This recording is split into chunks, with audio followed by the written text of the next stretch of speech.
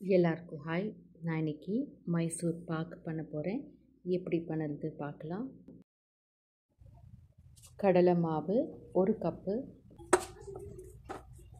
Low ஃப்ளேமில் ஒரு 5 minute நல்லா ரோஸ்ட் பண்ணிக்கிறேன். நல்ல ஒரு அரோமா வர வரைக்கும்.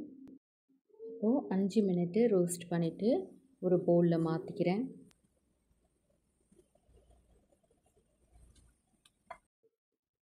இப்போது இதுக்குள்ளே 1/2 கப்பு நெய் ஆட் பண்ணிக்கிறேன்.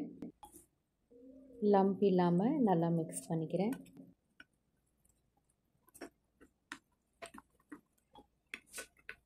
இப்போது மிக்ஸ் பண்ணி ஆயிடுச்சு. 1 கப்பு கடலை மாவுக்கு 1 கப்பு சுகர், 1/4 கப்பு தண்ணி ஆட் பண்ணிக்கிறேன். நல்லா சுகர் மெல்ட் ஆகட்டும்.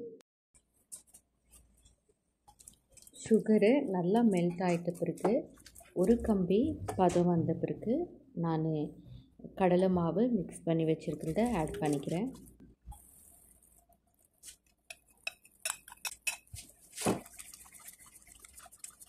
நல்லா மிக்ஸ் பண்ணிக்கலாம்.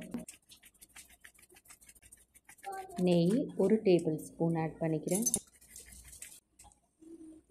இன்னும் 1 டேபிள் ஸ்பூன் நெய் ஆட் பண்ணிக்கிறேன்.